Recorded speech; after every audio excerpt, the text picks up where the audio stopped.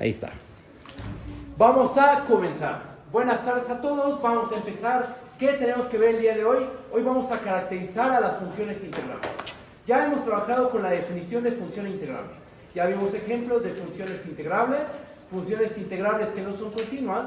Lo que vamos a hacer el día de hoy es caracterizar, dar una caracterización, de hecho, dos caracterizaciones de las funciones integrables. Con esas caracterizaciones vamos a demostrar que toda función continua, definida en un intervalo cerrado, por supuesto, siempre va a ser una función integrable. También vamos a demostrar que toda función monótona, ¿qué significa ser monótona? Creciente o decreciente. Una función monótona siempre va a ser integrable. Ajá. Si alcanza el tiempo, vemos otro ejemplo de cómo demostrar que una función es integrable a través de la definición. Y lo que sí tenemos que ver es un ejemplo de una función que no es integrable. ¿Va? Ese va a ser el último ejemplo de la sesión de hoy. Pero lo importante, lo fundamental del día de hoy, la parte principal es caracterizar a las funciones integrales. Con eso vamos a empezar. ¿Va? ¿Empiezo? Vamos a ver una caracterización de las funciones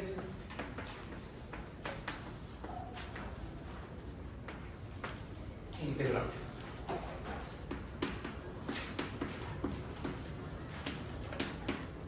¿Va? ¿Qué es lo que dice la caracterización? Vamos a tomarnos una función f, definida en un intervalo a, b, hacia los reales, acotada.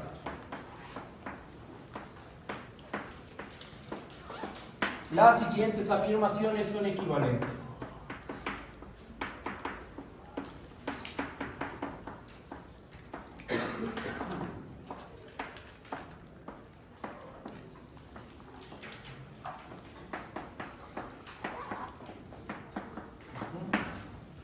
Bueno, y se vienen tres caracterizaciones. Una es la definición de ser integrable.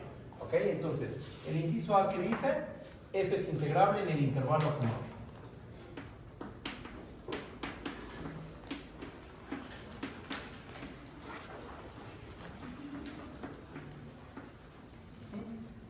La definición. El supremo del conjunto de sumas inferiores es igual al ínfimo del conjunto de todas las sumas superiores.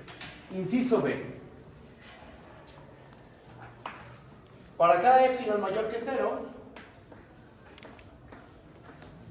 existe una partición P épsilon que denota P de A, B. Es el conjunto de todas las particiones del intervalo A, B. Entonces lo que estamos diciendo ahí es que tú das un número positivo y entonces debe existir una partición y que depende de la épsilon que hayas dado. Cambias la épsilon, cambia la partición. Es como lo que pasa con el límite. Dada épsilon mayor que 0, existe una delta que depende de épsilon. Cambias la épsilon, cambia la delta. No es lo mismo tomar épsilon igual a 1 a épsilon igual a 1 entre 100. Ajá. A lo mejor para épsilon igual a 1, por el tipo de función que tienes, a lo mejor puedes tomar delta igual a 1 medio, por ejemplo. Y después tomas épsilon igual a 1 entre 100 y no te va a servir la misma delta. Tienes que cambiarla, tienes que tomarlo más seguro que una más pequeña. ¿Estamos de acuerdo? Lo mismo pasa aquí. Para cada épsilon existe una partición que depende de la épsilon, tal que la suma superior de f respecto a la partición p épsilon menos la suma inferior de f respecto a la partición p épsilon se hace menor que épsilon. Ese es el inciso B. Inciso C.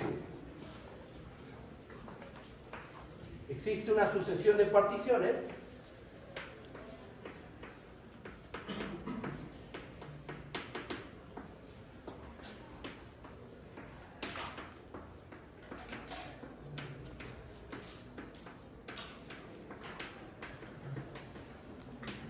¿particiones de qué intervalo? Particiones del intervalo A, B. Entonces existe una sucesión de particiones del intervalo A, B.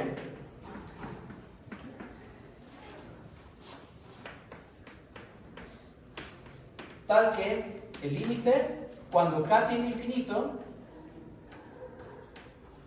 de la suma superior de f respecto a la partición pk menos la suma inferior de f respecto a la partición pk, este límite vale 0. ¿Ok? Los tres incisos son equivalentes. Son igual de potentes, son propiedades equivalentes. Que una función sea integrable en el intervalo A, B es equivalente a que para cada número positivo, llamémosle epsilon, porque así se le suele llamar a este numerito, epsilon, pero es un número positivo. Eso es todo. Para cualquier número positivo, epsilon, existe una partición del intervalo A, B, ¿con qué propiedad? Con la propiedad de que la suma superior y la suma inferior están muy pegaditas. Su diferencia va a ser menor que epsilon. Eso es tan potente como el que la función f sea integrable. Y otra cosa equivalente a estas dos condiciones es que exista una sucesión de particiones del intervalo A, B con la propiedad de que este límite, el límite cuando k tiene infinito, de la suma superior de f respecto a la partición pk menos la suma inferior de f respecto a la partición pk, esto se va a cero. Aquí arriba están las sumas superiores, las sumas inferiores, y con una sucesión de particiones yo puedo hacer que esa diferencia, ese error cometido, esa diferencia se haga cero, cuando k tiene infinito, por supuesto. ¿Ok? Entonces, las tres condiciones son equivalentes, vamos a demostrar su equivalencia. ¿Cuál es el camino que vamos a seguir? A implica B, B implica C, C implica A. ¿Ok? ¿Hay alguna duda con el enunciado o vamos bien? Un poquito. Vale. Bueno. Epsilon es un real. Epsilon es un número mayor que 0 y por lo tanto es un real. No, ¿de qué? La segunda es, ¿cómo son esas sucesiones? O eso lo vamos a ver ahorita en la demostración. No sabemos cómo, o sea, va a existir una sucesión. O sea, No, digamos, el inciso C no nos dice cómo construir esa sucesión de particiones. Solo nos dice, va a existir una sucesión con la propiedad de que este límite se va a cero. ¿y cuáles son los términos de la sucesión? No lo sabemos. Es como cuando, bueno, no sé si escuchó el axioma de elección. El axioma de elección te garantiza que existe cierto conjunto, pero no te dice cómo construirlo, cómo obtenerlo, algo así más o menos. ¿Ah? No entendí el conjunto A. Bueno, el inciso A. El inciso A. ¿Este? Ajá. El inciso A es que f sea integrable en el intervalo A, B. O sea, la definición, tal cual. Que el supremo del conjunto de las sumas inferiores es igual al ínfimo del conjunto de sumas superiores. Eso es lo que estamos diciendo en el inciso A. La definición tal cual de función integral. ¿Qué más? ¿Qué otras dudas tenemos? ¿Vamos bien? ¿Sí? Voy a empezar entonces con la demostración.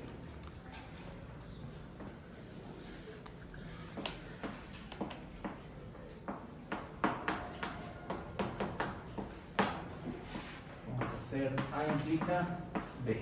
Muy bien. Vamos a suponer que nuestra función es integrable en el intervalo A, B. Supongamos que f es integrable en el intervalo A, B. ¿Qué es lo que queremos demostrar? ¿Qué es lo que queremos verificar? El objetivo es verificar que f es integrable. Sí, ¿eso qué significa? ¿Qué significa que una función sea integrable? Por definición, eso quiere decir que el supremo del conjunto de las sumas inferiores de f respecto a la partición P, con P corriendo en el conjunto de particiones del A, B, esto debe ser igual al ínfimo del conjunto de todas las sumas superiores de f respecto a la partición P, con P corriendo en el conjunto de particiones del A, B. ¿Ok? Para no estar escribiendo esos numerotes, porque esto es un número, ajá, no hay que confundirnos con esto, todo esto es un número, y este es otro número, son iguales, ajá, bueno, queremos ver que son iguales, eso es lo que queremos ver. Para no escribir todo eso, vamos a ponerles nombres, llamémosle a este supremo alfa, y a este numerito beta. Y entonces va un dibujo, vean, vamos a hacer lo siguiente. ¿Qué es alfa? Alfa es el supremo del conjunto de sumas inferiores. Ok, es un supremo entonces. Aquí está alfa. ¿Qué pasa cuando al supremo tú le restas una cantidad positiva? Tú le restas aquí alfa menos epsilon. Va a haber un elemento del conjunto que va a quedar aquí en medio. ¿Eso por qué? Eso no es porque estas son sumas inferiores, no. Es por el hecho de que este es un supremo. El supremo de un conjunto A. Si tú le restas un poco, hay un elemento del conjunto A que queda por delante del supremo menos la cantidad que le haya restado. Eso es cálculo 1. Vamos a ocupar esa propiedad con el supremo. Y con el ínfimo. ¿Qué pasa si al ínfimo le sumamos un poquito? Si le sumamos, va a haber un elemento del conjunto que en este caso va a ser una suma superior, que va a quedar por delante y aquí va a quedar por una suma inferior. ¿Ah? Entonces, vamos a ocupar estas dos ideas en la prueba. ¿Ok? Empiezo aquí y vamos a hacer lo siguiente.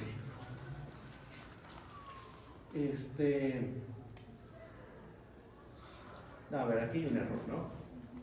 Nosotros no queremos probar esto.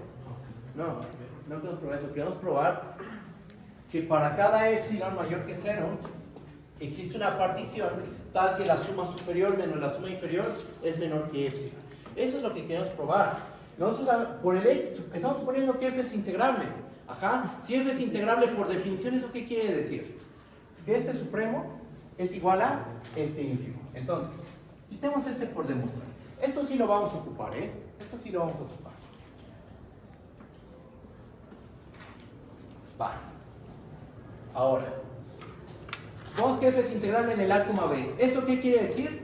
Que este supremo y este ínfimo coinciden. Para no escribir esos números, ponemos alfa para denotar el supremo y beta para denotar el ínfimo. Ahora, vamos a hacer lo siguiente. ¿Qué queremos ver? Que para todo número positivo epsilon pasa esto de aquí. Ok, empezamos la prueba dando una epsilon mayor que 0, fija pero arbitraria. Sea epsilon mayor que 0. La tomamos de manera fija pero arbitraria. Bien, como alfa es un supremo, podemos hacer lo siguiente. Por hipótesis, o por definición de supremo mejor, por definición de supremo, ¿qué podemos asegurar? Le resto un poco al supremo y ¿qué podemos hacer? Meter dentro, en este caso, meter una suma inferior. Existe una partición P, ¿cómo le pongo? Una partición P epsilon en el conjunto de particiones del A, B, tal que alfa menos epsilon va a ser menor que la suma inferior de f respecto a la partición de epsilon. ¿Qué es lo que estamos diciendo aquí? Tú le restaste un poco al supremo, entonces hay un elemento del conjunto que queda por delante. ¿De qué conjunto? Del conjunto de las sumas inferiores. Ajá, es lo que estamos diciendo aquí. Hay una suma inferior que va a quedar por delante de alfa menos epsilon. Perdón, entonces los elementos del conjunto son las sumas, no las particiones, ¿verdad? Son las sumas. Es correcto, es correcto. Ahora, eso fue por la definición de supremo. Por definición de ínfimo, ¿qué podemos hacer? Por definición de ínfimo, pues podemos encontrar otra partición. Existe una partición U de epsilon en el conjunto de particiones del intervalo A, B, tal que, ya me va a caber el argumento aquí, voy a seguir de este lado, borramos esta parte.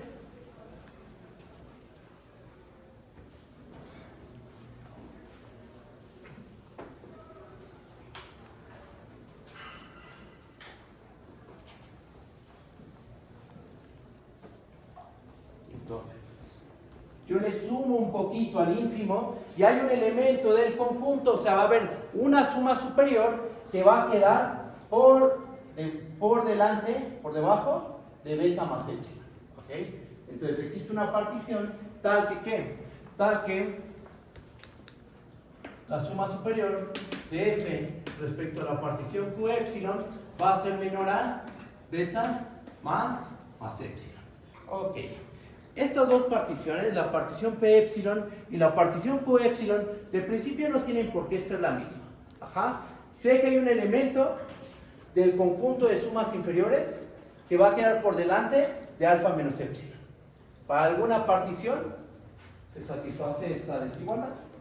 Y como este es un ínfimo, yo sé que cuando le subo un poquito al ínfimo, va a haber una suma superior que va a quedar por debajo de beta más epsilon. P epsilon y Q epsilon no tienen por qué coincidir. Ajá. Pero nosotros sabemos cómo construirnos una partición a partir de dos particiones dadas. Tú tienes una partición P en el A, B y una partición Q en el A, B. ¿Qué podemos hacer para construirnos un refinamiento común de P y Q? Unimos las dos particiones. Entonces, tenemos a P epsilon y tenemos a Q epsilon. ¿Qué hacemos? Vamos a unirlas.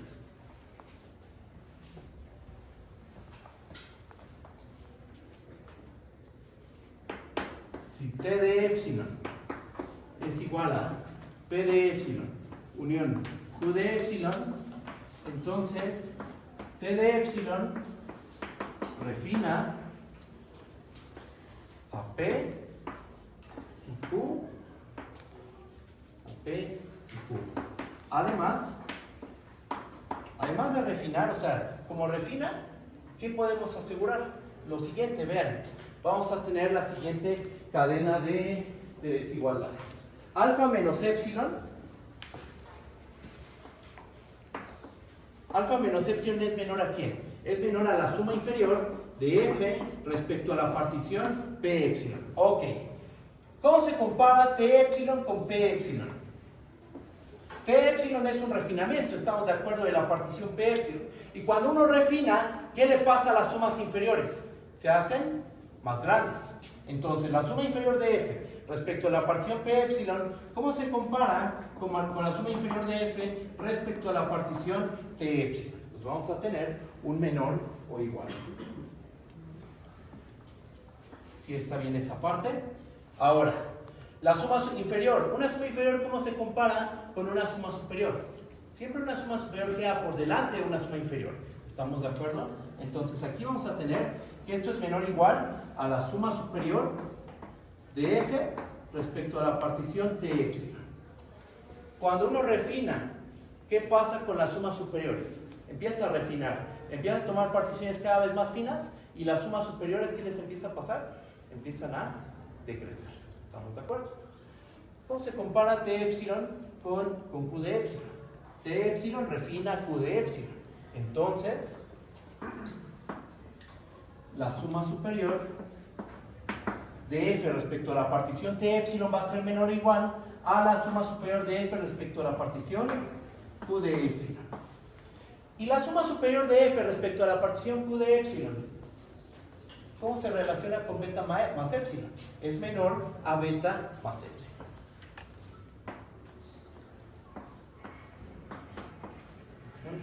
Y entonces tenemos lo siguiente. Tenemos que alfa menos epsilon es menor estricto que la suma inferior de F respecto a la partición T epsilon. La suma inferior de F respecto a la partición T epsilon es menor o igual a la suma superior de F respecto a la partición T epsilon, y esta suma superior es menor a beta más epsilon. Fíjense el orden de los números.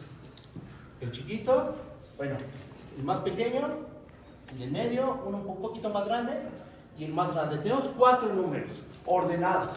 Ajá. Entonces, podemos pensar las cosas de esta manera. Aquí está A, aquí está B, aquí está C, aquí está D. Así es como tenemos ordenados estos 4 números que puse en un cuadro amarillo. Ajá. ¿Qué pasa? Ahora vamos a verlo de manera geométrica. Vamos a tomarnos el intervalo A, D y vamos a comparar su longitud con la longitud del intervalo B, C. ¿Qué intervalo tiene mayor longitud? ¿El A, D o el B, C? El A, D tiene mayor longitud, ¿verdad? Que el B, C. Eso analíticamente, ¿en qué se traduce? En una desigualdad, ¿estamos de acuerdo? Lo que terminamos obteniendo es que D menos A es mayor a C menos B. Ok. Esta idea, que por supuesto se puede probar con los axiomas de campo, con esto podemos demostrar, esto se puede demostrar. Ajá. Ahora, vamos a ocupar esta desigualdad con estos 4 números. Están ordenados. Este juega el papel de A, este otro número juega el papel de B, el papel de C, el papel de D. Aplicamos esto que acabamos de ver de manera geométrica y que obtenemos. Borro.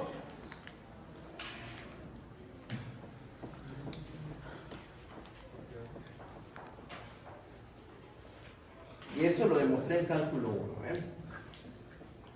Y porque estas son propiedades de orden en el campo de los números reales. Entonces, aplicando esto, ¿qué es lo que obtenemos?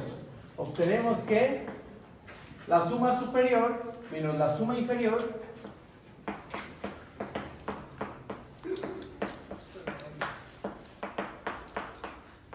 va a ser menor que ¿quién? Va a ser menor que beta más epsilon menos alfa menos epsilon.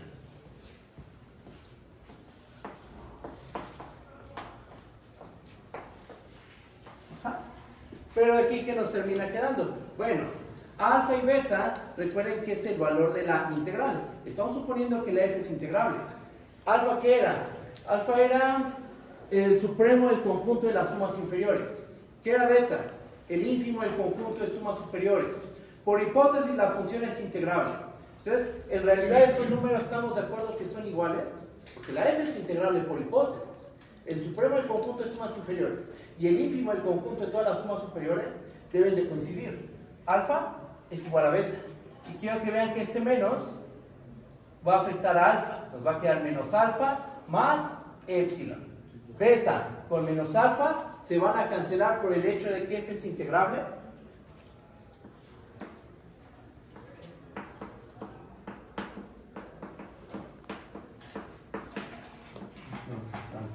Beta. ¿Y qué nos termina quedando? 2 epsilon. Ok, ¿quién es menor que 2 epsilon? La suma superior de f respecto a la partición t epsilon menos la suma inferior de f respecto a la partición t epsilon. Esa diferencia resultó ser menor que 2 epsilon. ¿Hay algún problema que haya quedado aquí un 2 epsilon? La verdad, simplemente empezamos el razonamiento con un epsilon medios. Eso es todo. Empezamos un razonamiento de epsilon medios y al final terminamos obteniendo epsilon. Ajá. Y encontramos una partición. ¿Estamos de acuerdo que esta es una partición? Que hace que la suma superior menos la suma inferior se haga tan pequeña como yo quiera. Tomo, les digo, hacemos el razonamiento con epsilon medios y aquí terminamos obteniendo epsilon. ¿Ok? ¿Y con esto qué concluimos? Pues ya con esto hemos demostrado el inciso B, porque la epsilon la tomamos de manera arbitraria. ¿Cómo lo ven? Con eso ya quedó demostrado A implica B. Si la función es integrable, entonces para cualquier epsilon mayor que 0, hay una partición que tal que la suma superior menos la suma inferior se hace menor que epsilon. ¿Sí está bien o hay alguna duda? Ustedes díganme. Te escucho. Donde A es igual a B. O sea, ¿qué pasó ahí? O sea, eso ya lo descarga. Es que f es integrable. ¿Qué significa que f es integrable? Que el supremo del conjunto de las sumas inferiores es igual al ínfimo del conjunto de todas las sumas superiores. ¿Cómo definimos a alfa? Como el supremo del conjunto de todas las sumas inferiores. ¿Y quién era beta? El ínfimo del conjunto de todas las sumas superiores. Y como f es integrable, estos dos coinciden. ¿Por qué les llamé alfa y beta? Para no cargar con toda la expresión de el supremo, el conjunto de sumas superiores, o el ínfimo, el conjunto de todas las sumas superiores. Por esa razón les puse este nombre, para no escribir tanta notación. ¿Sí está bien? ¿Por qué se me han desguardamiento? O sea, nos queda 2 epsilon, pero entonces ya no le hacemos caso al beta y al alfa. Lo que pasa es que los cancelamos.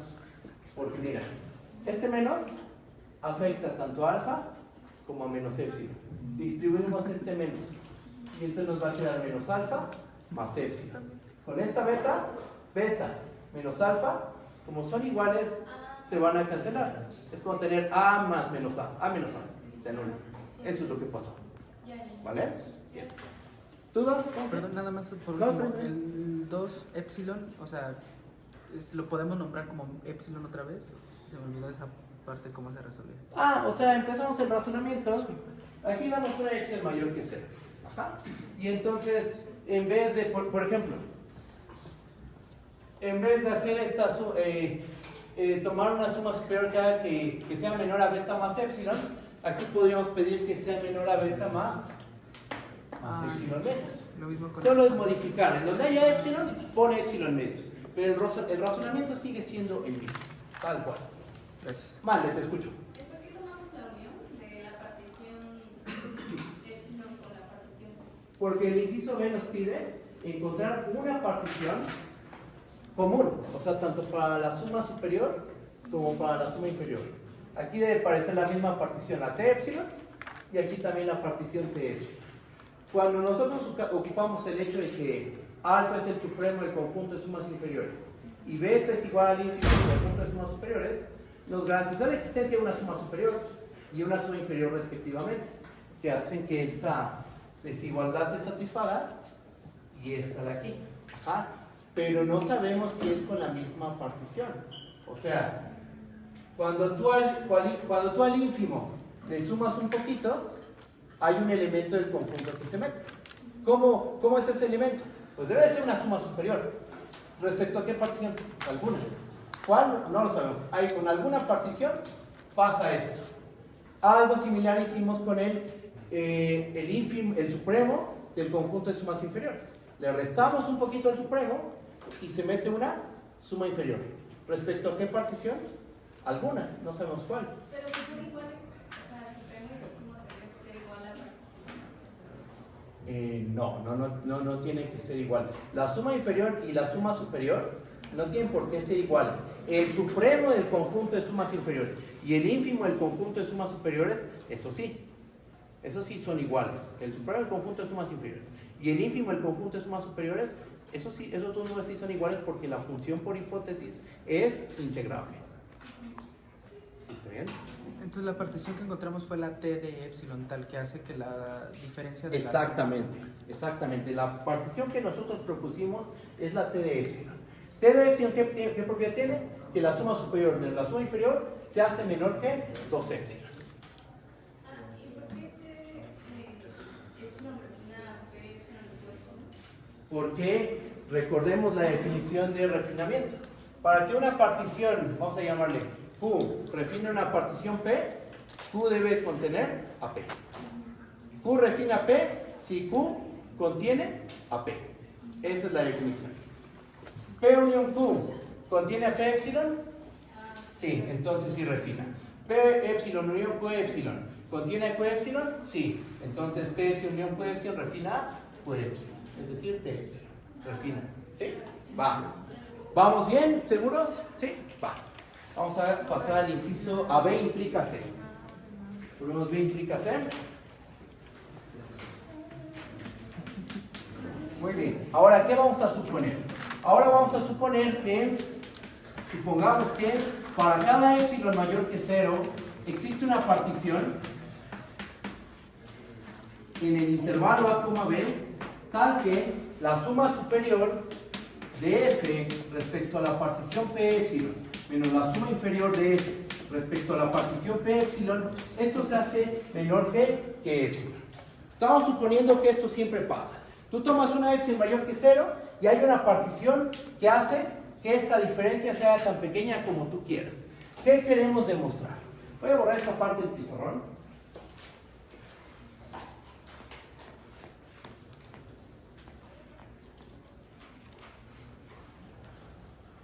Borramos.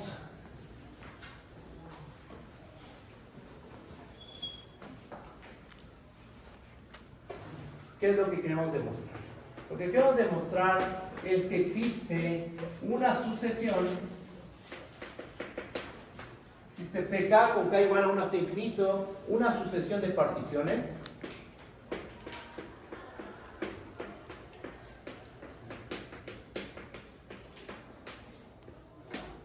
tal que el límite, cuando K tiene infinito, de la suma superior de F respecto a la partición PK menos la suma inferior de F respecto a la partición PK, esta diferencia se va a 0. ¿Okay? Entonces, queremos encontrar una sucesión de particiones tal que, ¿qué pase? Tal que el límite cuando K tiene infinito de la suma superior de F respecto a la partición PK menos la suma inferior de F respecto a la partición PK, eso se va a 0. ¿Okay? ¿Cómo construimos esa sucesión de particiones? Pues la clave es ocupar la hipótesis. Para cualquier número positivo, sé que hay una partición. Entonces lo que vamos a hacer es tomar épsilons adecuadas. Ajá. Por ejemplo, se vale para toda épsilon. Ajá. Para todo número positivo.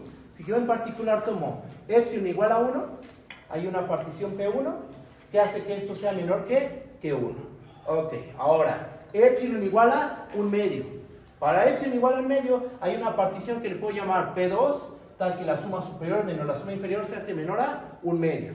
Después, epsilon igual a 1 tercio, epsilon igual a 1 cuarto, epsilon igual a 1 entre K. Hay una partición PK tal que hace que la suma superior menos la suma inferior es menor a 1 entre K. Pregunta, ¿la 1 entre K dónde converge?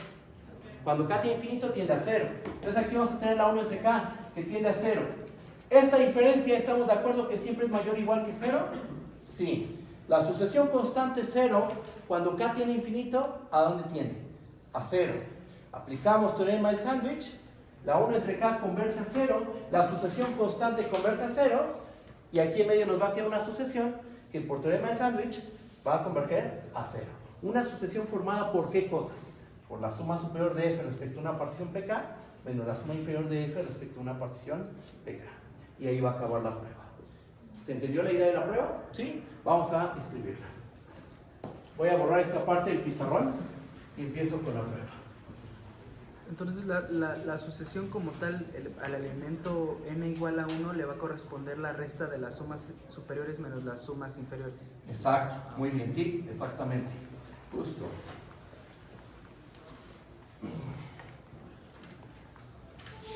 Vamos a empezar con la prueba. A ver.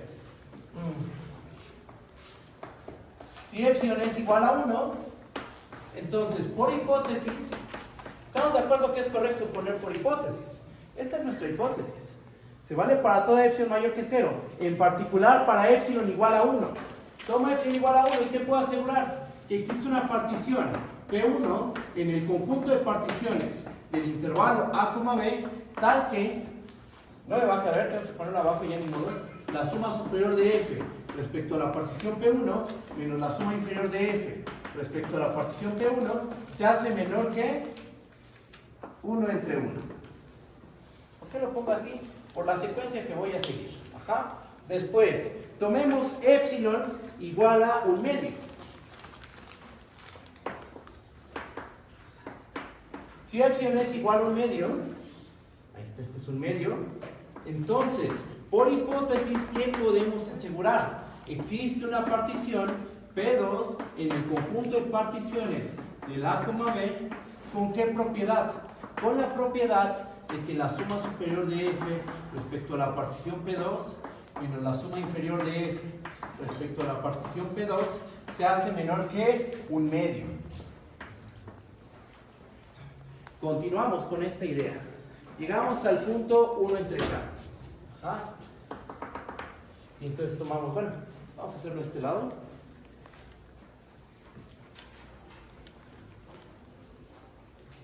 Acá.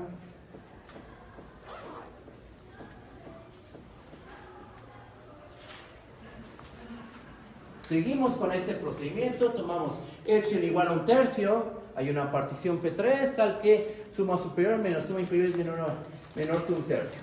Después tomamos epsilon igual a 1 cuarto. En general, o sea, seguimos haciendo esto.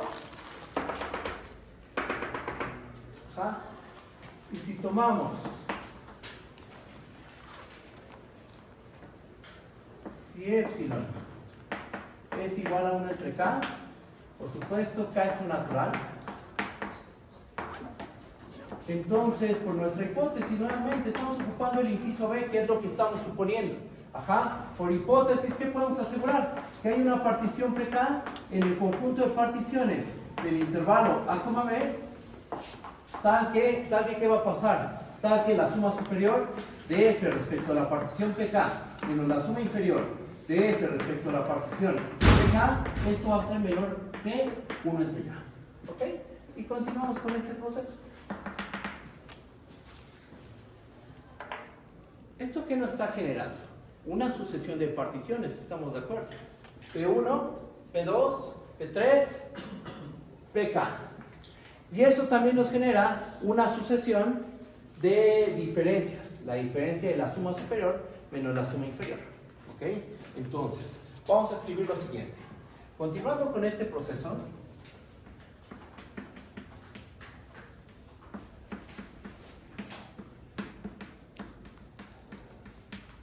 ¿Qué obtenemos? Obtenemos una sucesión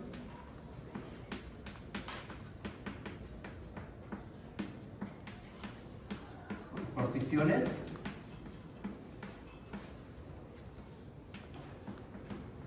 PK de la A, B.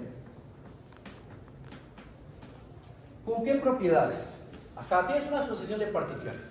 Pero ¿qué tiene de especial esa sucesión de particiones? Bueno, lo más importante, la propiedad más importante de esas sucesiones de particiones es que tal que para cada K natural la suma superior de F respecto a la partición PK menos la suma inferior de F respecto a la partición PK, esto es menor a 1 entre K. Muy bien. Pues ya escribimos todo de manera formal. Ya construimos la sucesión de particiones con la propiedad de que la suma superior de F respecto a la partición PK menos la suma inferior de F respecto a la partición PK, esa diferencia es menor que 1 entre K. Ok. Aparte de esa desigualdad, ¿qué otra desigualdad tenemos?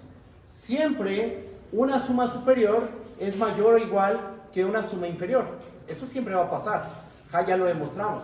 Una suma superior siempre es mayor o igual a una suma inferior. Entonces, esta diferencia, ¿cómo tiene que ser? De signatura mayor o igual que 0. ¿Ah?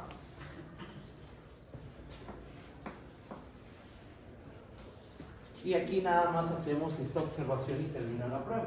¿Bueno?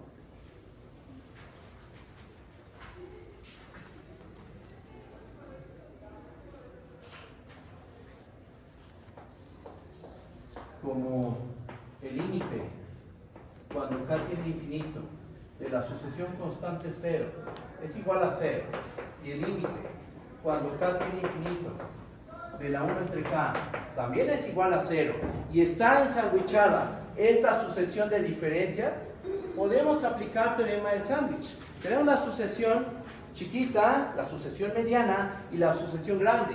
La sucesión pequeña y la sucesión grande convergen al mismo valor. Por teorema del sándwich, la sucesión del medio también debe converger al valor común. Aplicando teorema del sándwich,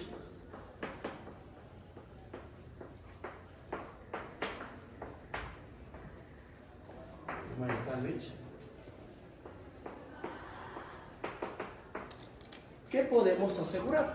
Que el límite, cuando K tiene infinito, de la suma superior de F respecto a la partición PK menos la suma inferior de F respecto a la partición PK, esta diferencia es igual a 0. Y con esto queda demostrado B implica C. Ahí acaba la demostración. ¿Cómo lo ven? ¿Está bien o hay alguna duda? Ustedes díganme, por favor. ¿Va bien? Te escucho.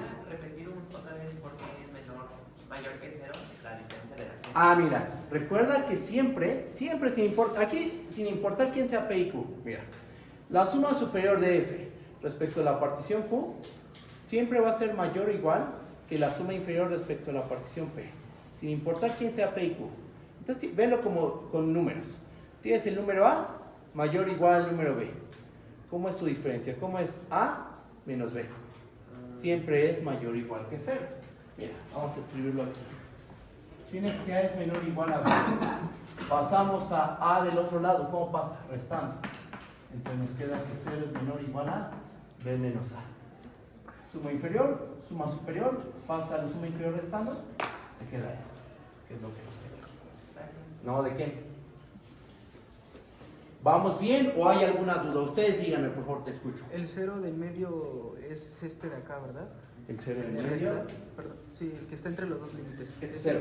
Ajá, es el de haber restado estos dos.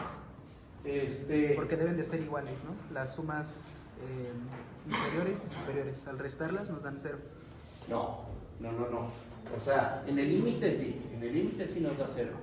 Pero las sumas superiores pueden ser distintas a las sumas inferiores. Y en el límite, esto va a ser 0. Este es el valor común. El teorema de sándwich se aplica de esta manera. Tú tienes tres sucesiones. En este caso, bueno, la XK, la YK y la zk. Si la sucesión xk converge al mismo valor que la sucesión zk, o sea, la sucesión pequeña converge al mismo valor que la sucesión grande, entonces la sucesión en medio también converge y converge al límite común. Ajá. En este caso, en esta prueba, ¿cuál es ese límite común? 0. 0 es el límite de la sucesión constante 0 y 0 es el límite de la 1 entre k. Entonces la sucesión del medio, que no tiene por qué ser constante, pero converge a 0. Perdón, sí, es que pensé que el 0 del medio se refería a esto, pero no, nada más estamos viendo los extremos. Exactamente. ¿Vamos bien o hay alguna duda? Sí. Ustedes me dicen. Ahora, C implica lo más fácil ya. ¿Por qué? De hecho, ustedes tendrían que decirme la prueba, porque ya hicimos ese razonamiento cuando demostramos que la x es integral, identidad es integrable, cuando construimos la función integrable no continua. Vamos a usar un razonamiento que aplicamos en esos dos ejemplos. ¿Va? Ahí va, check. ¿Dónde está mi borrador? Aquí está. Borro esta parte del pizarrón.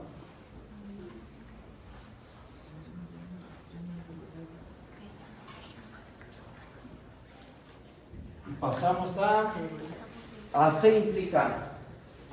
A ver. C implicar. ¿Qué estamos suponiendo? Estamos suponiendo C, ¿no? Entonces vamos a suponer que existe una sucesión de particiones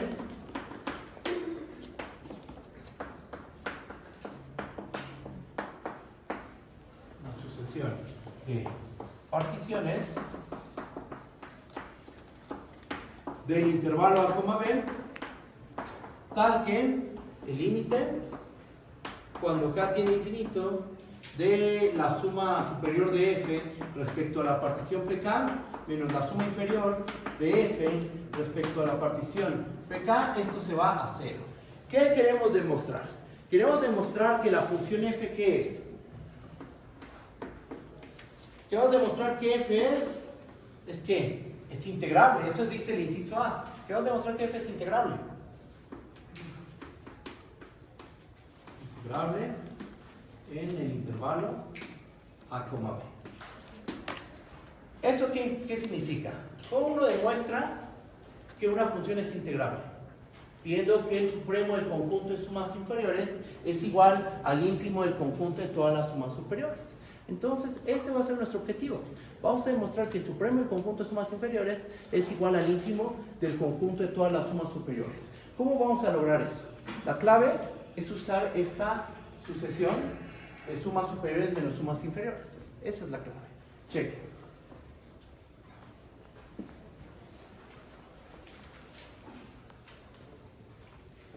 Y se van a dar cuenta, o a lo mejor ya se dieron cuenta, que vamos a ocupar el mismo razonamiento que usamos para probar que la identidad es integrable y para demostrar que ¿cómo definimos la función que no era continua? 0 en todo el 0, 1, salvo en un medio. En un medio valía 1. ¿Ah? Miren, vamos a hacer lo siguiente. Notemos que para cada K natural, ¿cómo se compara la suma inferior de F respecto a la partición PK con el supremo del conjunto de todas las sumas inferiores de F respecto a la partición P con P en el conjunto de particiones de la coma B? ¿Cómo se compara? Menor o igual. Menor o igual, ¿verdad? Entonces aquí tenemos menor o igual. El supremo del conjunto de sumas inferiores siempre, ya lo demostramos, siempre es menor o igual al ínfimo del conjunto de todas las sumas superiores de F respecto a la partición P con P en el conjunto de particiones de la coma B. Esta desigualdad siempre se satisface, ya lo vimos. Ajá. Ahora, este ínfimo, ¿cómo se compara con la suma superior de F respecto a la partición PK? De hecho, aquí ya lo escribí. es un menor o igual. Ajá. Y otra vez, tenemos 4 números, lo que les había comentado hace rato. Tienes la recta real y tienes 4 números ordenados de esta forma. Aquí está el número A, el número B, el número C y el número D. Lo vemos de manera geométrica. Aquí está el intervalo AD y aquí tenemos al intervalo BC. ¿Qué intervalo tiene mayor longitud? Pues el A, D. ¿Cuál es su longitud? D menos A. Es mayor o igual a C menos B. ¿Ok? Aplicando esta desigualdad, cuando tienes 4 números de esta manera, va a pasar esto, ordenados de esta forma. Este es A, este juega el papel de B, este número juega el papel de C y este juega el, juega el papel del número D. Entonces, ¿qué es lo que terminas obteniendo?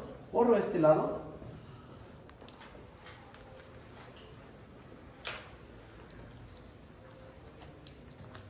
Terminamos obteniendo que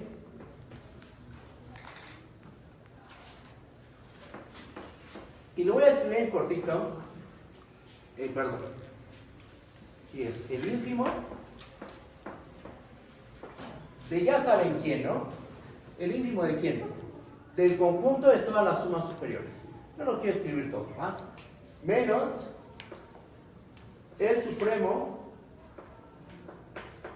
de ya saben quién. ¿El supremo de quién? Del conjunto de todas las sumas inferiores. Esto es menor o igual que quién. Esto es menor o igual que la suma superior de quién. De F respecto a la partición PK menos la suma inferior de F respecto a la partición PK. Y luego, ¿qué podemos hacer? Esta sucesión, ¿a dónde converge? A 0. Esta diferencia siempre es mayor o igual que 0. Entonces volvemos a aplicar teorema del sándwich. Es mayor o igual a 0. Tiene la sucesión pequeña, la sucesión mediana y la sucesión grande. Que esta sucesión en medio es una sucesión constante. Ajá. Es el ínfimo de un conjuntote, sí. Pero al final un ínfimo es un número real.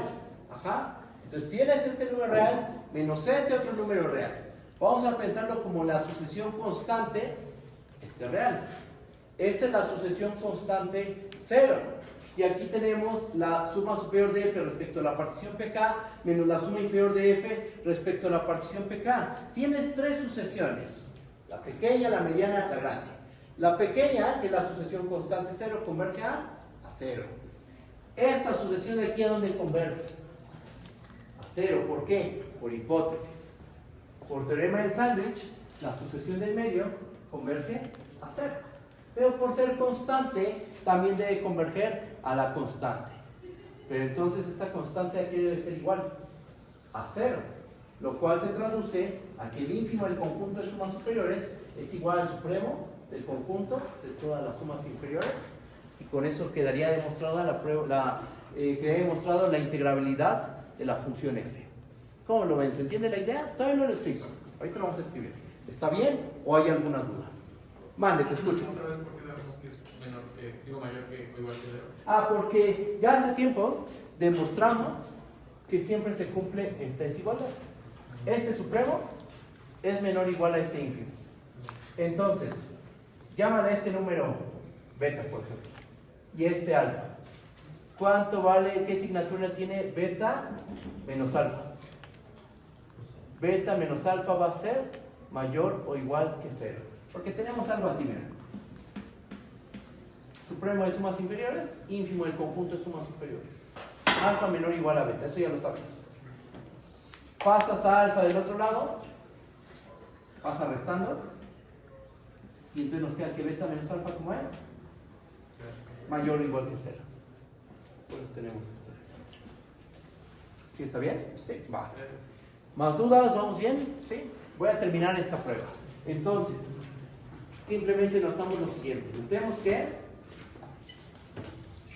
el límite, cuando k tiene infinito, de la sucesión constante 0, eso es lo mismo que el límite cuando k tiene infinito de la suma superior de f respecto a la partición pk menos la suma inferior de f respecto a la partición pk. Ajá. ¿Cuál es el límite común? 0. Muy bien. Entonces, por teorema del sándwich, la sucesión del medio también debe de converger. Borro este lado.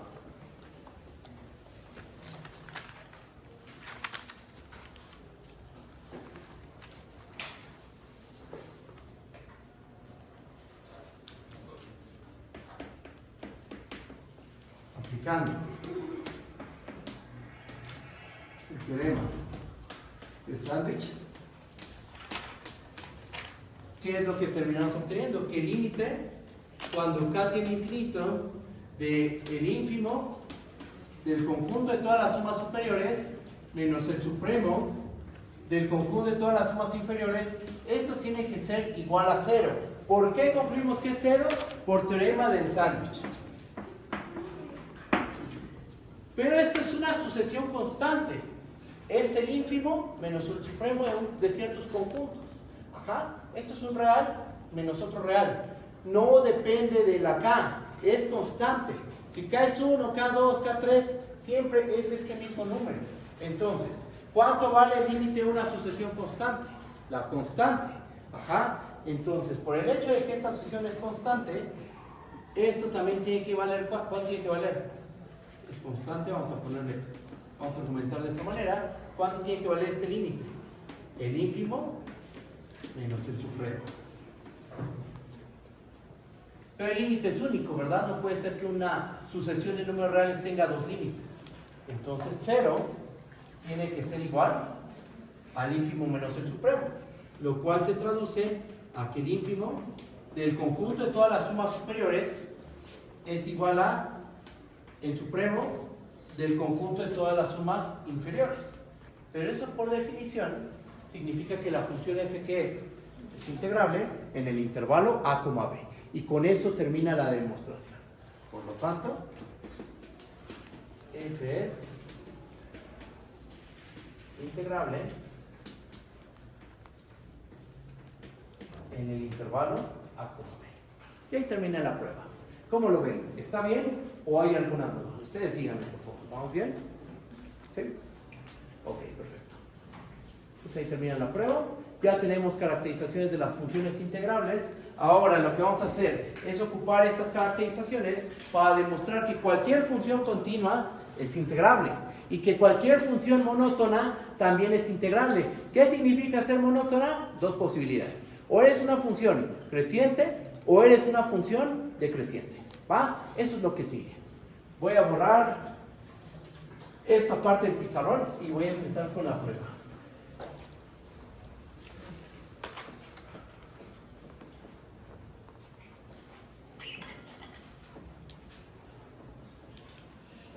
Bueno, me gustaría hacer antes dos recordatorios sobre continuidad. No voy a hacer la prueba, eso sí. Quiero recordar que toda continua en un intervalo cerrado siempre es uniformemente continua. ¿Ah? Y también quiero recordar que toda continua en un intervalo cerrado va a alcanzar su máximo y su mínimo. ¿Okay? Lo escribo y si hay dudas me dicen.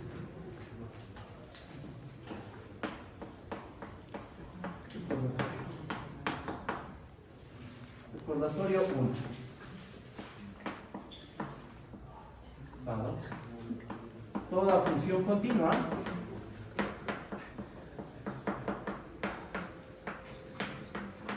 definida en un intervalo cerrado alcanza su máximo y su mínimo.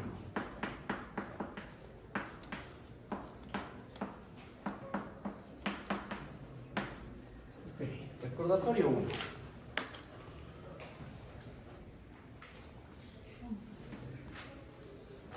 Y recordatorio 2.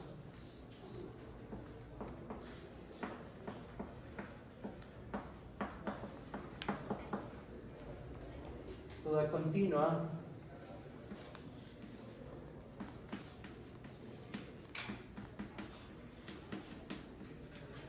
toda función continua en un intervalo cerrado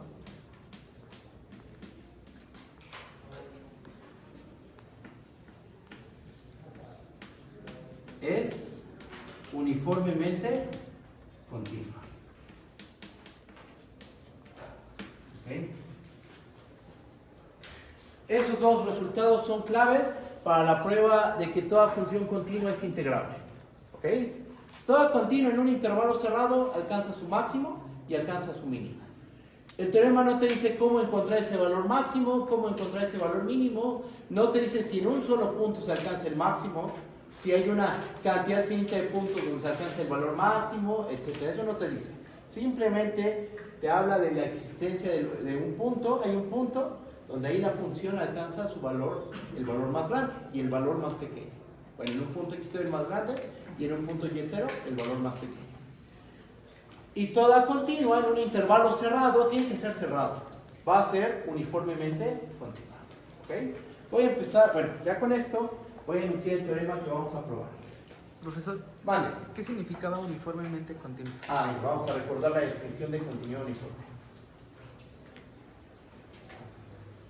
Entonces agregamos un tercer recordatorio. No.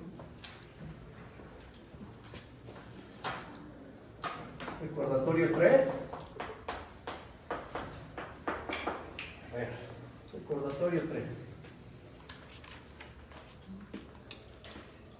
Sea f una función en dominio A, su conjunto de R en R. Una función.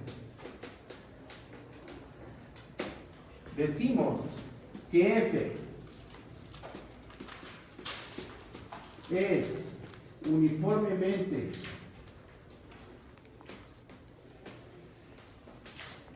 continua en A, si pasa lo siguiente. Ahí va. Cheque. Para cada epsilon mayor que 0, siempre existe una delta que depende de la epsilon mayor que 0. Y esto se parece a continuidad, pero no es continuidad. La continuidad uniforme es algo más potente. Ajá. Para toda epsilon mayor que 0, existe una delta que depende de la epsilon, tal que si tomamos dos puntos x, y en A, cuya distancia entre ellos dos es menor a delta de epsilon, entonces debe de pasar que la distancia de f de x a f de y es menor que epsilon. Ajá. Esa es la continuidad uniforme. Y a lo mejor algunos de ustedes podrían decir, eso es continuidad de la usual. No, porque tú cuando hablas de continuidad en un punto, justo estás anclado a ese punto. Para cada epsilon mayor que 0, existe una delta tal que si la distancia de x a x0, estás anclado al punto x0. Si tenemos un punto variable x que dista x0 menos que delta, entonces la distancia de f de x a f de x0 es menor que epsilon. Aquí, no importa cómo tomen los puntos x y y, toma dos puntos x y en A. Si su distancia entre ellos dos es menor a delta de epsilon, entonces la distancia de f de x a f de y es menor que epsilon. No estás anclado a un punto x0.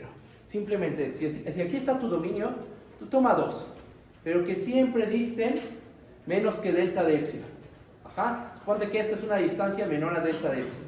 Entonces no importa cómo los tomes. Mientras disten menos que delta de epsilon, sus imágenes van a distar entre sí menos que epsilon. Esa es la continuidad uniforme. Por eso se dice uniforme. Ya no es en un punto.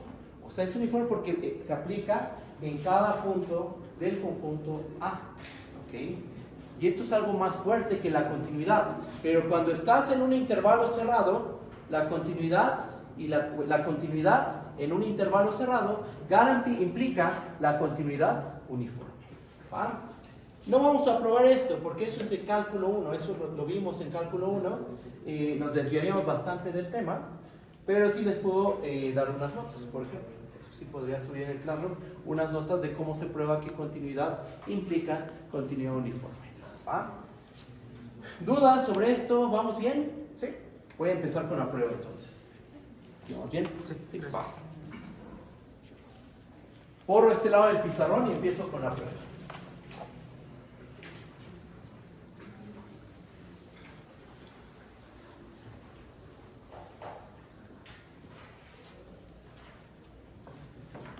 Teorema.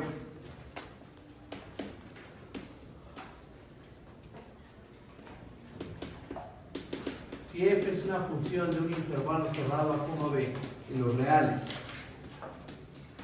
continua en el a, b, entonces f es integrable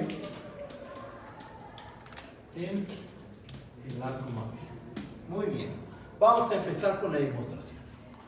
Vamos a dar una... ¿Cómo vamos a probar que f es integrable? Una opción es ver que el supremo del conjunto de todas las sumas inferiores es igual al ínfimo del conjunto de todas las sumas superiores. Pero sería a través de la definición. Ahorita ya tenemos caracterizaciones de las funciones integrables. Entonces lo que vamos a hacer es demostrar que para cada epsilon mayor que 0 existe una partición p epsilon tal que la suma superior de f respecto a la partición p epsilon menos la suma inferior de f respecto a la partición p epsilon, esa diferencia se hace menor que epsilon. ¿Ok? Eso es lo que vamos a ver. Vamos a empezar con la prueba.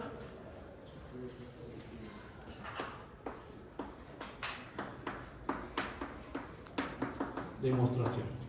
Tomemos una epsilon mayor que 0. ¿Qué queremos demostrar? ¿Cuál va a ser nuestro objetivo? Nuestro objetivo es demostrar que existe una partición en el conjunto de particiones del a, b, tal que pasa lo siguiente. La suma superior de f respecto a la partición p epsilon menos la suma inferior de f respecto a la partición p epsilon, esta diferencia se hace menor que epsilon. ¿Okay? Esto es lo que hay que demostrar. Ya dimos una epsilon fija arbitraria y hay que encontrar una partición que haga esto. ¿Va? ¿Cómo le hacemos? Aquí es clave usar la continuidad uniforme. Si la continuidad uniforme no se... Bueno, a lo mejor puede haber otro camino, pero la continuidad uniforme es clave para probar este resultado. Voy a borrar esta parte del pizarrón.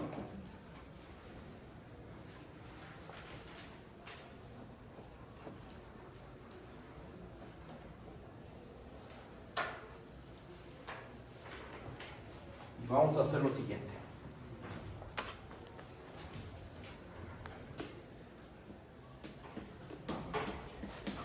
Como f es continua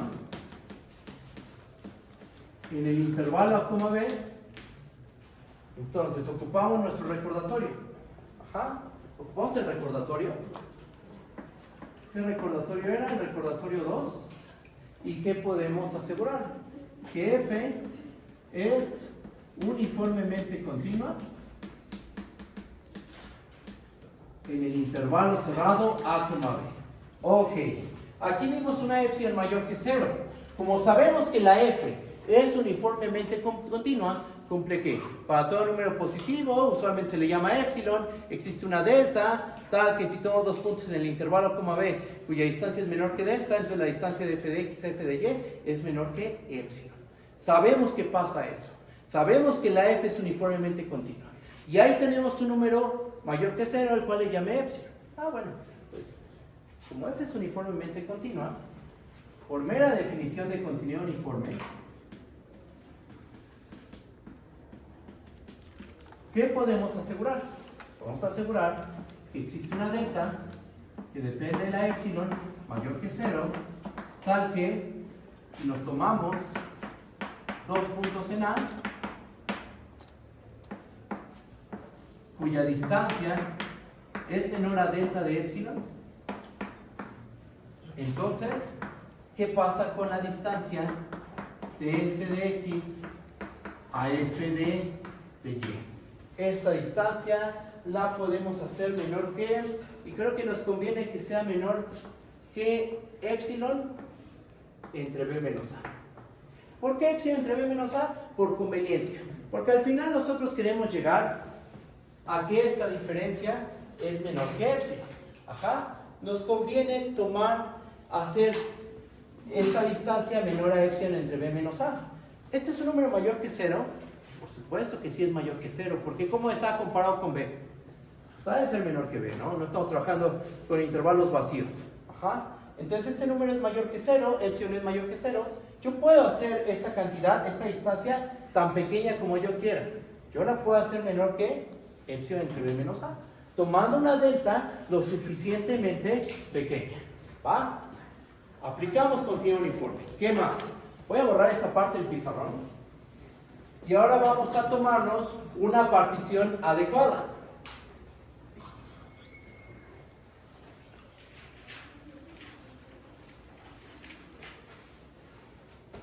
Ponemos esto aquí. Y ahora lo que vamos a hacer es lo siguiente. Vamos a tomar CAP, una partición del A, B, tal que, ¿cómo lo pongo? Tal que la norma de la partición sea menor que delta de epsilon. Y si no te acuerdas de qué es la norma de la partición, vamos a escribirlo. La norma de la partición, ¿cómo se define? Y lo pongo como un recordatorio.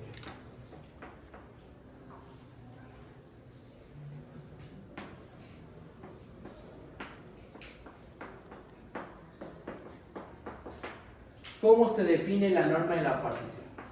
La norma de la partición es el máximo del conjunto de todos los TI menos 1, tal que I corre de 1 hasta N. Ajá. Estamos suponiendo que la partición P, ¿qué elementos tiene? De 0, T1 hasta Tn, donde T0 es A, el extremo izquierdo del intervalo, y Tn es B, el extremo derecho del intervalo. Simplemente lo único que estamos haciendo es tomarnos una partición del intervalo, B, cuya norma de la partición sea menor que delta de epsilon. Eso es lo que estamos haciendo simplemente. ¿Cómo se ve esto geométricamente? Miren. Se ve de la siguiente manera. Aquí está nuestra recta real. Aquí se encuentra el punto A, el extremo derecho B, y lo que estamos haciendo, delta de epsilon, ¿cómo nos la podemos imaginar? Como este segmento de recta, por ejemplo. ¿Cuánto mide ese segmento de recta? Este segmento de recta mide delta de epsilon. ¿Ah? Bien.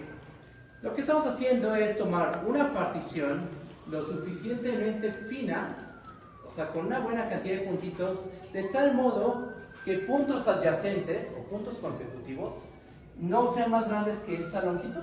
Ajá, o sea, no voy a tener aquí que por ejemplo, no sé, aquí está a lo mejor no va a pasar que el T7 esté ahí y después por acá se encuentre el T8. No. ¿Por qué? Porque estamos viendo que la norma de la partición sea menor que delta de epsilon. Estas longitudes, las de puntos consecutivos, tienen que ser menores que delta de epsilon. Entonces, ¿cómo se ve una partición con esta propiedad? Considerando que esto es delta de epsilon, esta longitud, pues yo creo que estaría bien este dibujo. Mira, aquí está T0, después aquí pongo a T1, a lo mejor aquí a T2, después por aquí puedo poner T3, T4, y así me voy, ¿no? Y aquí está T. En general, aquí está, por ejemplo, Ti menos 1, y aquí se encuentra Ti. ¿Y cómo es esta longitud? Es menor que delta de epsilon. Eso es lo que estoy pidiendo. Y geométricamente se ve de esa manera. Si la norma de la partición sea menor que delta, quiere decir que los intervalos inducidos por la partición tienen longitud menor que delta de epsilon. Ajá. ¿Para qué pedimos eso? ¿Qué pasa cuando tomo dos puntos? Aquí puse A, pero ¿cuál es nuestro dominio? El intervalo A, B, ¿verdad? ¿Qué pasa cuando tomamos dos puntos en el intervalo A, B, cuya distancia es menor que delta de epsilon? ¿Cuál es la distancia f de x a f de y? Menor a epsilon entre b menos a. Entonces, si por alguna razón se nos ocurre tomar dos puntitos aquí, ¿cómo va a ser su distancia? Menor que delta de epsilon. ¿Cómo van a ser sus imágenes? Menor que epsilon entre b menos a. Ajá. O sea, estamos tomando todo para obligar a que las distancias de las imágenes sean menores que epsilon entre b menos a. ¿Me comprenden? ¿Vamos bien? Bien. ¿Qué sigue? Ya ocupamos la cantidad uniforme. Ya invocamos una partición con estas características. Que nadie me preguntó por qué existe esta partición. Ya lo probé. En el fondo ya lo probé hace tiempo. Cuando definí las particiones homogéneas de orden n. Ajá. ¿qué vimos? Que las particiones homogéneas de orden n, ¿cuál es su norma de la partición? B menos A entre n. Y cuando n tiene infinito, ¿eso a dónde se va? A 0. Delta de epsilon es un número mayor que 0. Cuando n lo hago grande, B menos A entre n se lo puedo hacer tan pequeño, más pequeño que delta de epsilon. Al rato lo escribo bien. Pero tengan presente esto, que tenemos que mostrar que existe una partición con esta propiedad. Borro de este lado.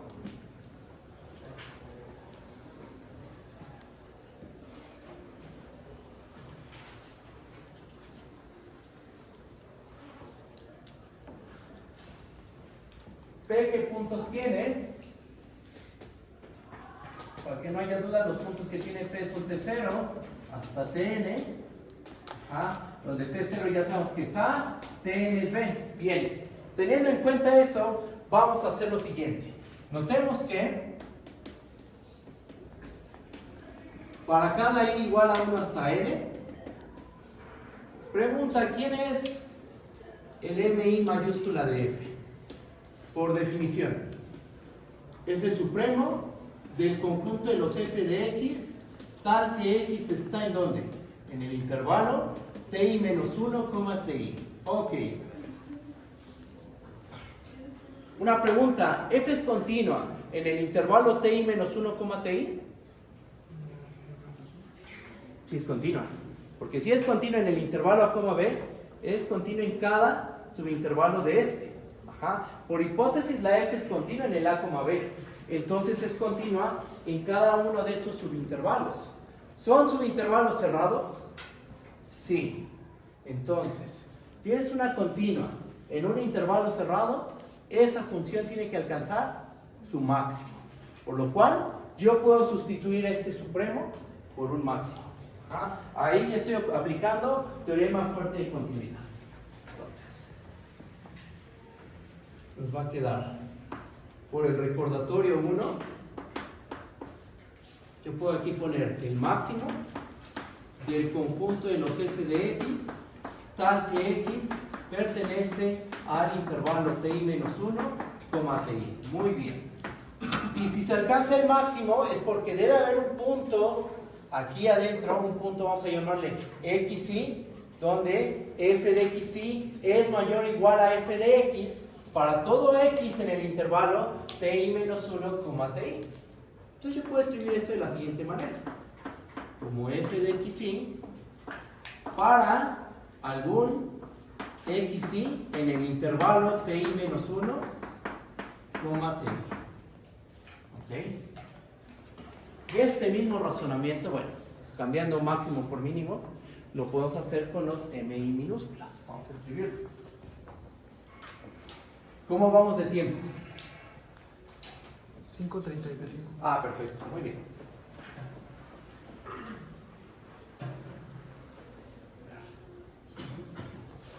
Hacemos lo mismo, pero ahora con los mi minúsculas. ¿Qué nos va a quedar? A ver.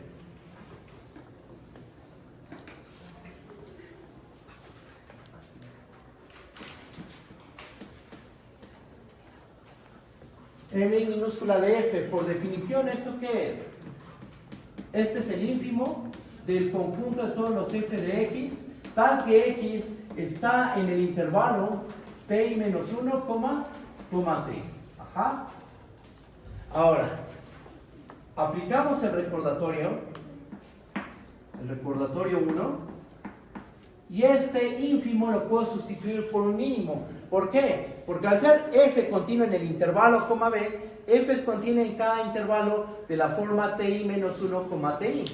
Son intervalos cerrados. Una continua en un cerrado siempre alcanza su mínimo. Y este ínfimo lo puedo sustituir por un mínimo. Es el mínimo del conjunto de los f de x, tal que x está en el intervalo ti menos 1, t. Y vamos a suponer que ese valor mínimo se alcanza en el punto, ¿cómo le llamamos a ese punto? Fj, por ejemplo. Para algún j en el intervalo ti menos 1, t. Va, ya tenemos esto. Ahora, ¿qué podemos hacer? Pues ya podemos calcular la suma superior menos la suma inferior. Vamos a hacer el cálculo. Y vamos a ver que con esta partición, tomando una partición, tal que la norma de la partición es menor que delta epsilon, vamos a tener que la suma superior menos la suma inferior, eso se hace menor que epsilon. ¿Va? Con esta partición que dimos aquí lo dijimos, se hace una partición de A, B, tal que la norma de la partición es menor que delta de epsilon. Con esa partición, suma superior menos suma inferior va a ser menor que epsilon, y como epsilon fue arbitraria, vamos a poder concluir que la función es integrable. ¿Me comprenden? ¿Vamos bien? Ok. Profe, ¿ahí le puso y o es x y? Ese es y. Esta de aquí Ajá. es una y.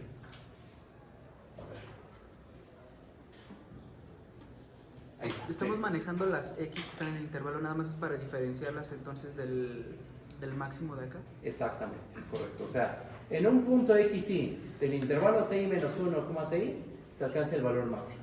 Y en un punto, llamémosle y, del intervalo ti menos 1, ti, se alcanza el valor mínimo. Y justo le tengo que poner nombres distintos. Uno es el máximo, otro es el mínimo, ¿ok? Bueno, ahora, ¿qué es lo que sigue? Vamos a calcular suma superior menos suma inferior. Vamos a ver que esa diferencia se puede hacer menor que epsilon. Recuerden lo que tenemos aquí, esto lo vamos a ocupar a continuación. Vean.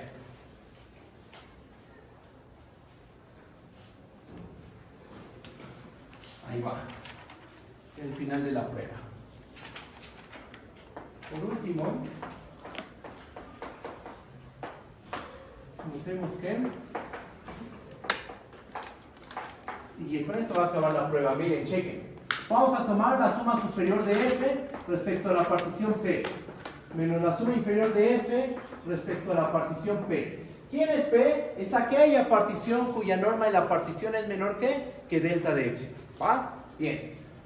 ¿Esto qué es igual? Esto va a ser igual a la suma desde i igual a 1 hasta n de mi mayúscula f menos mi minúscula f multiplicado esto por ti menos 1. ¿Estamos de acuerdo? Esa es la diferencia de la suma superior menos la suma inferior. Muy bien. Pero ¿cuánto vale mi mayúscula f? Por las cuentitas que hicimos, eso es f de xy. Ajá. Entonces esto va a ser igual a la suma desde i igual a 1 hasta n, ¿de qué? De f de xy menos f de y. Si lo puse bien, mínimo sí. Multiplicado esto por qué? Por ti menos ti menos 1. Si vamos bien, queda esto. Simplemente estamos sustituyendo. ¿Quién es el mi mayúscula? F de xy. ¿Quién es el mi minúscula? F de y. Estoy sustituyendo simplemente al mi mayúscula y el mi minúscula. Ahora, vamos a ocupar el hecho de que la norma de la partición es menor que delta de epsilon. Aquí. Justo aquí. Y aquí a lo mejor vale la pena poner una flechita y argumentar un poquito aquí. Vean. Lo pongo en esta nube.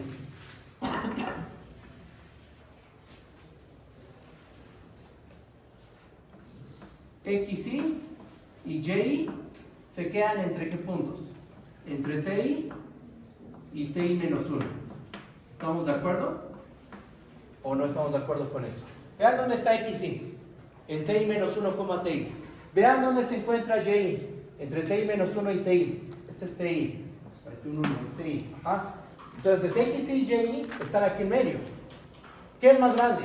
¿La longitud del intervalo TI menos 1, TI?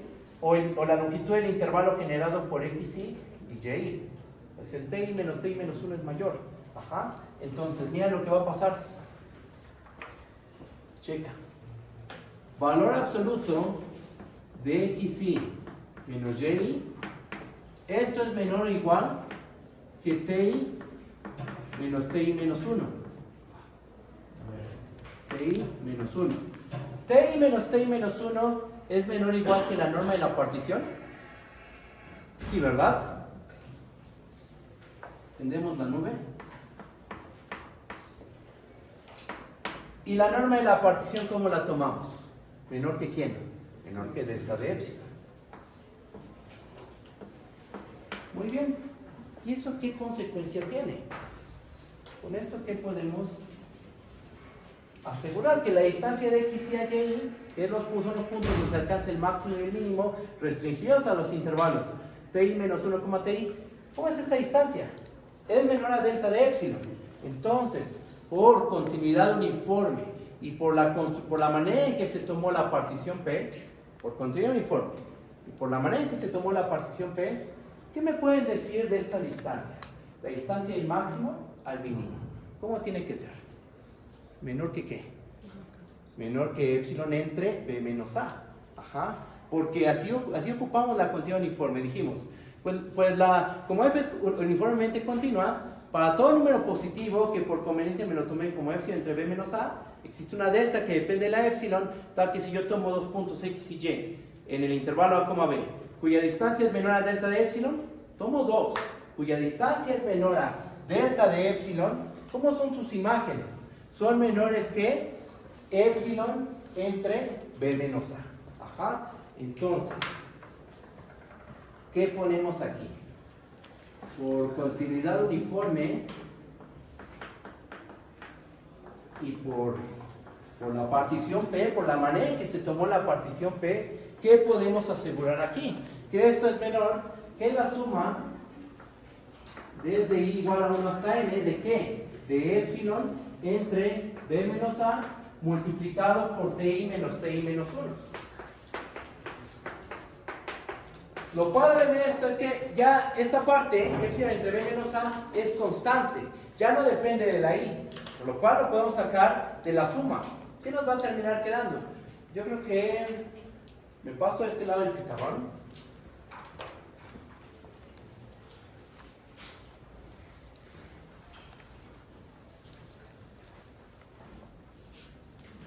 Y entonces, ¿qué nos queda? Nos termina quedando que esto va a ser igual a épsilon entre B menos A por la suma desde i igual a 1 hasta n de ti menos 1.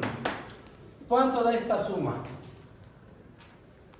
La suma desde i igual a 1 hasta n de ti menos 1 es t1 menos t0 más t2 menos t1. Se cancela todo, ¿verdad? Se cancela todo salvo t1 y tn, t0 y tn. Ajá. Esta suma termina valiendo B, bueno, nos termina quedando Tn menos T0, ajá, multiplicado por épsilon entre B menos A. Pero ¿quién es Tn? Es B. ¿Cuánto vale T0? Vale A. Entonces nos termina quedando que esto es épsilon. Porque este cuate es B y este cuate de aquí es A. Entonces se me va a cancelar con este B menos A. ¿Ven que les dije? Por conveniencia vamos a hacer la distancia de f de x a f de y menor a épsilon entre b menos a. Aquí está la conveniencia, para cancelarlo con este término. Ajá. Y entonces, ¿esta épsilon qué? Ah, pues esta épsilon acota a la suma superior de f con respecto de p menos la suma inferior de f con respecto de p. O sea, esta diferencia la hicimos menor que epsilon, tomando una partición adecuada. Como la epsilon fue arbitraria, ya podemos concluir que la función es integrable en el intervalo a, b. Ahí se acaba la demostración. ¿Estamos de acuerdo que tomamos una epsilon arbitraria? Fue la que sea. Y demostramos que hay una partición tal que la suma superior menos la suma inferior se hace menor que epsilon. Y ahí acaba la prueba. ¿Cómo lo ven? ¿Está bien o hay alguna duda? Mande, te escucho.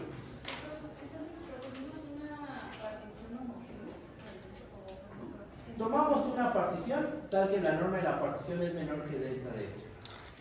Una que podríamos tomar es una homogénea. O sea, las homogéneas no sirven, sí funcionan. Pero podríamos construirnos otra partición no necesariamente homogénea que cumpla esa propiedad. Que la norma de la partición sea menor que delta de x. Efectivamente. ¿Qué más? ¿Dudas? Yo no estoy muy bien lo de la nube. ¿Cómo llegamos a eso? Ah, mira, checa.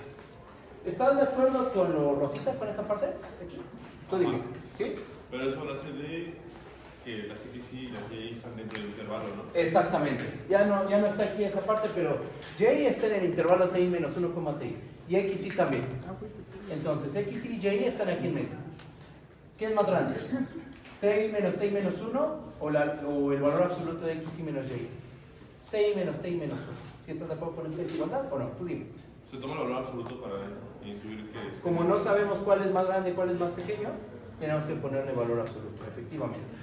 Ahora, ti menos 1 es menor o igual que la norma de la partición. Sí, ¿por qué? Porque la norma de la partición es el máximo de todas estas diferencias, con ir corriendo de 1 hasta n. Entonces la norma de la partición le gana esta diferencia. Y la norma de la partición, ¿por qué es menor que delta epsilon? Porque así tomamos la partición. Tomamos una partición cuya norma de la partición sea menor a delta de epsilon. ¿Vale? ¿Cómo vamos? ¿Vamos bien o hay alguna duda? Te escucho. Llegamos a TN menos T0. Ah, es que aquí, esta es una suma telescópica. Ajá. Podemos desarrollarla un poquito más. Mira. Solo este cachito. Esta parte aquí. De hecho, aquí la voy a desarrollar. ¿Cuál es el primer sumando? T1 menos T0. Después, el segundo sumando. T2 menos T1. ¿Cuál es el tercero? T3 menos T2. Ya de aquí me paso al último. Tn menos Tn menos 1. Quiero que notes que T1 se cancela con este menos T1. T2 se cancela con este menos T2. T3 con menos T3. El Tn menos 1 se va a cancelar con el anterior. ¿Y qué es lo único que sobrevive? T0 y Tn. Exactamente. ¿Vale?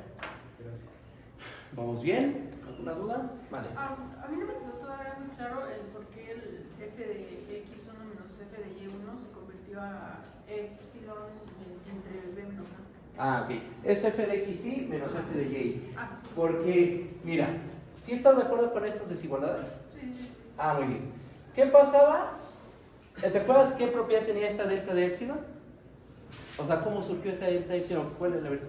Si tienes dos puntos en el A, B, cuya distancia, como estos dos, cuya distancia es menor a delta de epsilon, ¿cómo son sus imágenes? ¿Cuál es la distancia de f de x a f de y? Es menor a epsilon entre b menos a. Así tomamos esa delta de epsilon por la cantidad uniforme. Entonces, la distancia de x y a y es menor a delta de epsilon. ¿Cómo van a dictar sus imágenes? La distancia de f de x y a f de y va a ser menor que epsilon entre b menos a. Entonces, digamos, en este sumando tenemos dos factores. Este factor es menor que epsilon entre b menos a para cada i de 1 hasta n. Lo sustituimos en cada sumando y nos termina quedando una suma más grande. Ah, es que ese es un mayor, ¿verdad? Este es un... Pensé que era un igual. Ah, no es un igual, es un menor estricto, ajá. Va. Bueno. Gracias. No, ¿de qué? Y con eso acaba la prueba. ¿Está bien? ¿Dudas? Bien. Pues ya. Tenemos que toda continua en un intervalo cerrado es una función integrable. ¿Cómo vamos de tiempo? ¿Qué hora es? 10 para las 6. Entonces, bueno, yo creo que hasta aquí le dejamos. La prueba de que toda monótona es integrable la dejamos para la siguiente sección. Y un ejemplo de una función no integrable. Porque ahorita todo lo que hemos visto son funciones integrables. Hay funciones que no son integrables, ¿ok? Nos vemos el lunes, ¿va? Bye, bye.